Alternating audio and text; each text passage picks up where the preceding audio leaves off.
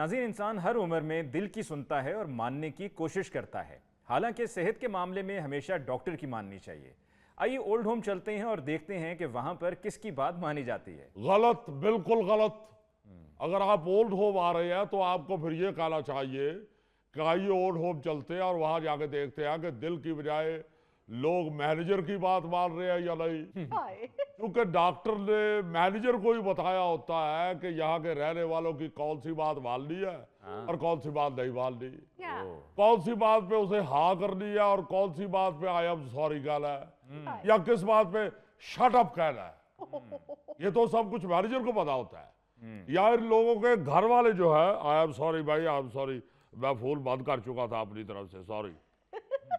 या अली मुमताज साहब जी, घर वाले बता के जाते हैं मैनेजर को ही कि मौसूफ को कौन से पानी से नहाने से एलर्जी है, या किस साहब के दांत को ठंडा और पानी गर्म लगता है, या कौन से साहब कुत्ते को कितनी दूर से देख ले तो वो बेहोश हो जाते हैं, या फिर कौन से शख्स को अंधेरे से डर लगता है। ये सारी चीजें जो है ये घर वाले मैनेजर को बता के गए होते हैं कि भाई साहब इनका ख्याल रखिएगा, ये कितनी दफा किस अफेयर से मार खा चुके हैं और किस अफेयर से इनको गाली गलौच हो चुकी है। और ये भी मैनेजर को ही बताया होता है कि किस मौके पे अचानक इनके मुंह से गाली भी निकल सकती है, या इनमें से कौन सा शख्स बाथरूम की कुंडी लगाए तो उसका दिल बाल डोला शुरू हो जाए। अब बात समझे नहीं है मेरा ख्याल। जी हाँ। और ये तो फिर आप ये कहिए कि आइए चलते हैं ओल्ड होम और देखते हैं कि वहां कौन सा शख्स दिल की बात मान रहा है और कौन सा शख्स मैनेजर की बात मान रहा है। गुल साहब, आप यहाँ मैनेजर हैं या हमारी नानी अम्मा है? भट्टी साहब, ये सारी मालूमात आपकी सेहत और आपकी बेहतरी के लिए हमें रखनी पड़ती है भाई। आप मेरी फिक्र ना करें, मैं तो लूडो की एक बाजी लगाता हूँ तो ठीक हो जाता हूँ। गुल साहब, तुसी मैनू ये दसो, ए कुत्ते कोलों बेहोश होने वाली गल मेरे मुंडे ने तुहानू दसी सी? ओदे ढिड दे विच भी कोई गल नहीं रहिंदी। कोई तुम्हारे ढिड में भी कोई बात नहीं रहती, वरना हमें तो मालूम ही नहीं था कि तुम कुत्ते के डर से बेहोश हो जाते हो। कौन सा जोश और खरोश, हम तो यहाँ आराम से बैठे हुए हैं। नसीर साहब, मेरा दिल करता है किस वेले गुब्बारे वाली तलवार च हवा भर के ना तुहाडे ते हमला कर दें। मैं ते हैरान आ जी, भलवानरां दा वजूद वेखो ते इन्हां दा डर वेखो। ਉਹ ਕੁੱਤਾ ਵੇਖ ਕੇ ਬੇਹੋਸ਼ ਹੀ ਹੋ ਜਾਂਦਾ ਤੂੰ। और कुत्ते दे नाल मीटिंग करनी शुरू कर दिया। और बई जेड़ा है ही कुत्ता है, उन्हें मेरे नाल कुत्ते वाली करनी है। ਇਹੋ ਜੀ ਉਹ ਕਰਦਾ, ਉਹੋ ਜੀ ਤੂੰ ਅੱਗੋਂ कर। गुल साहब, अगर आपको इनके बेटे ने सब बता ही दिया था तो सबके सामने ये बात करने की क्या जरूरत थी? भाई वाले कब बात की है? मैंने तो मजबूरी तौर पे बात की है भाई। वो तो शौकत साहब ने खुद ही बता दिया कि ये कुत्ते से डरते हैं, वरना मैंने तो इनका नाम ही नहीं लिया। और मुझे यूं लगता है कि ये इनका कोई खानदानी मसला है, क्योंकि इनका बेटा जब इधर यहाँ इनको छोड़ने के लिए आया था तो उसने गली में झांका पहले सारा, अच्छा, फिर इधर बाहर पीछे लॉन में भी देखता रहा। फिर वो जाते हुए उसने मुझे पूछा भी कि आपने कोई कुत्ता वुत्ता तो नहीं रखा हुआ?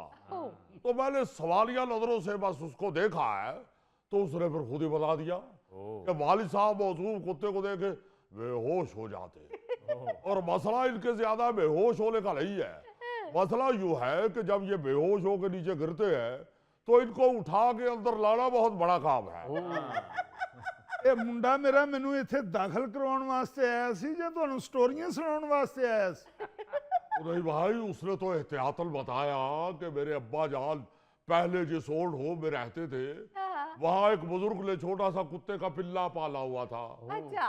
वो एक दिन अब्बा जान मेरे सोए हुए थे अपने कमरे में, इनके कमरे का दरवाजा खुला था तो वो कुत्ते का पिल्ला वो इनके कमरे में घुस के इनके पेट के ऊपर सो गया। जब मौसूफ की आंख खुली तो इन्होंने पेट के ऊपर कुत्ते का पिल्ला सोया हुआ देखा तो इन्होंने चीखना शुरू कर दिया। तो जब तक वो मैनेजमेंट वाले इनके कमरे में पहुंचे हैं तो मौसूफ बेहोश हो चुके थे। अगर कुत्ता शौकत साहब के बिस्तरे पे चढ़ गया तो कुत्ते को लाजमी महसूस हुआ होगा कि इनकी जेब में कीमे वाला पराठा है। क्योंकि परसों तरसों जब इधर कीमे वाले पराठे आए थे तो इन्होंने एक पराठा जेब में डाल लिया था। ਜਦੋਂ 12 पराठे मुंह च पा लेंदे हो ते एक जेब च पान दी की लोड़ है।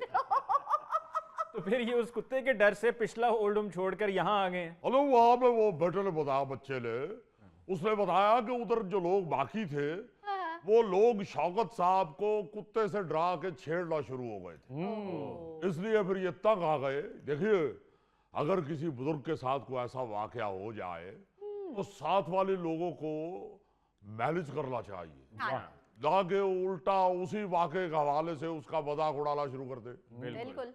तो फिर शौकत साहब हमारे पास आ गए। हमारे पास तो अल्लाह के फजल से ये बड़े खुश है। सही। बस उत्थे यही एक वाकया हो गया सी, बड़े मजेदार जिंदगी गुजार रहे सां, अपनी मर्जी ना उठ रहे सां, अपनी मर्जी ना बह रहे सां, अपनी मर्जी ना खा रहे सां। चलो शौकत साहब, इत्थे भी अपनी मर्जी नाल ही खांदे पींदे हो। इन्हां ने किहड़ा डाइनिंग टेबल दे उत्ते सनियारियां वाला तराजू रखे है। अली साहब, मैं किसी टाइम भी घर जा सकना, अच्छा, आना जाना, मैनू कोई रोक टोक नहीं, मैनू रोक नहीं सकता कोई। वो तो मैं इस कोल नहीं जाता, मैनू घर दा रस्ता भुल जाता। हाय। अब मम्मी सीधा घर ही गया सां, मेरा मुंडा मैनू इत्थे छड़ गया। हाय। भाई हमने भी सारी जिंदगी अपनी मर्जी से खाया है, मगर यहाँ सुबह दोपहर शाम दलिया और सूप, दलिया और सूप, दलिया और सूप। तो तुम क्यों बैठते हो धूप में? अब मौसम बदल गया, छांव में बैठा करो। भाई आप भी हमें यहाँ बैठे बहुत बुरे लग रहे हैं। अपने बेटे से कानों में लगाने वाली मशीन मंगवा लें। वो सूप की बात कर रहे हैं, आप धूप की बात कर रहे हैं। नसीर साहब, अगर आपका बेटा कानों वाली मशीन लेके आ रहा है तो उससे पकौड़े भी मंगवा लें। वाह वाह वाह वाह, क्या फरमाइश की है। वाकई इस टाइम बड़ी तलब हो रही है पकौड़ों की। पकौड़ों के बगैर तो इफ्तारी की चस ही नहीं आती। हाय। वाह वाह, मैं वैसे माफी के साथ अर्ज करता हूँ, ये जो शौकत भी है ना भाई, ये तो रोजे भी सवाब के लिए नहीं रखते, अफ्तारी के लिए रखते हैं। हाय। और आप यकीन मानिए, सुबह सैरी करके सोते हैं कुछ देर के लिए, उसके बाद तैयार शियार होके तो बाकायदा टीवी लॉन्च में आके बैठ जाते हैं अच्छा। और शुरू हो जाते हैं बताने के लिए, लो भाई ऑस्ट्रेलिया में रोजा खुल चुका है, लो भाई अब न्यूजीलैंड में खुल गया है, लो भाई अब साउथ अफ्रीका में भी खुल गया, मेरा ख्याल है कोयटा में भी खुल गया, अब मुल्तान में खुल गया,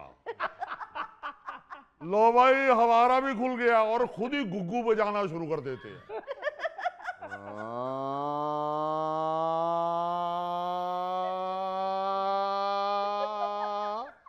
ये तुम्हारी आवाज होती है? अरे गुग्गू। शौकत साहब, आप वाकई अफ्तारी के लिए रोजा रखते हैं? अरे भाई बेटी, मैं जो आपको बता रहा हूँ भाई, गालिब का शेर सही इन पे फिट होता है। जी। को हाथ को जुम्बश नहीं, आंखों में तो दम है, होने दो मेरे खुल के यूं अफ्तारियां आगे। क्या कह रहे हो? यारियां तो अब वो रही नहीं, वरना हम तो अपने यारों से रोजाना मिलने जाते थे। और नसीर साहब, अफ्तारियां दी गल होण डई है, तुसीं यारियां नूं लै के बह गए हो। मैनूं लगदा है इन्हां दी बाहरों ही सेहत कमजोर नहीं, इन्हां दी बैटरी भी आखिरी पॉइंट पे है। वैसे तो सारी जिंदगी गुजरने का पता नहीं चला, लेकिन इस दफा जिस स्पीड से रोजे जा रहे हैं, पता ही नहीं लगा कि आधे गुजर गए हैं। हाय। मेरा ख्याल है जिंदगी गुजरने का तो आपको इसलिए पता नहीं चला कि माशाल्लाह जितना आपका कद है, आधी जिंदगी तो ऊपर से ही गुजर गई होगी। और रोजे गुजरने का इसलिए नहीं पता चला कि भाई रोजे को महसूस करने के लिए रोजा रखना पड़ता है। हाँ। नहीं गुल साहब, ऐसे ना कहें, रोजे तो जुबैर साहब रख लें, असल में उनके टेस्ट ठीक नहीं आए। टेस्ट इस उम्र में ऐसे ही आते हैं गुराया साहब। आप क्या समझते हैं कि इस उम्र में टेस्ट की जगह T20 खराब आए? क्या कहा? किसके गेस्ट आ रहे हैं? मैं बता रहा हूं, मैंने किसी से नहीं मिलना यहाँ, मैं यहाँ पे सुकून से रहने आया हूँ। ओ भाई साहब, उड़ के किसी दी कमीज च ना वड़ जाना।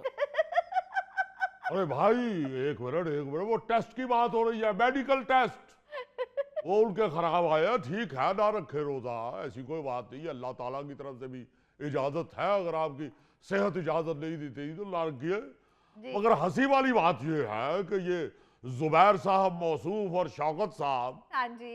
इस तरह दबे पांव दोपहर को किचन की तरफ जा रहे होते हैं जैसे बिल्ली ने दबे पांव चलना इन्हीं से सीखा था।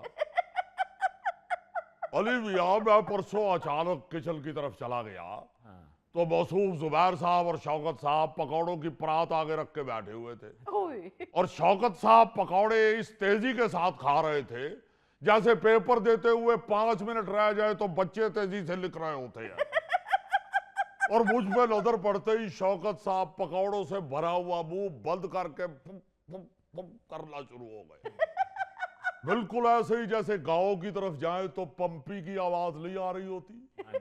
मैंने पूछा कि हुजूर मुंह में क्या है, तो शार्क मछली की तरह सारे पकौड़े एक ही दफा निकल के तो मुंह खोल के कहते हैं पानी। ओ मैंने कहा भाई पानी से भी रोजा टूट जाता है।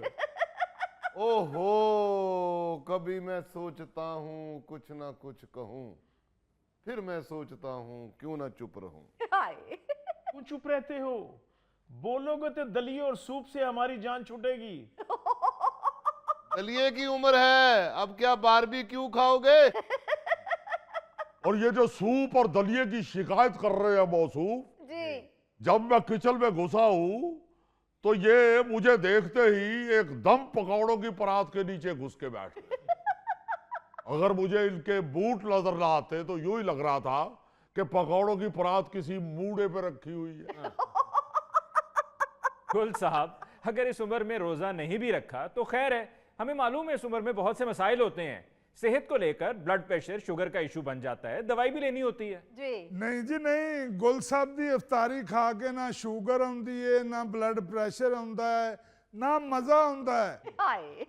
एडी फिक्की इफ्तारी हुंदी है। तुसी किसी दिन साडे नाल आके इफ्तारी करो, तुहाडे इल्म दे च इजाफा होएगा। पकौड़े तले ही नहीं जाते, उबाले भी जाते ने। उबले हुए पकौड़े।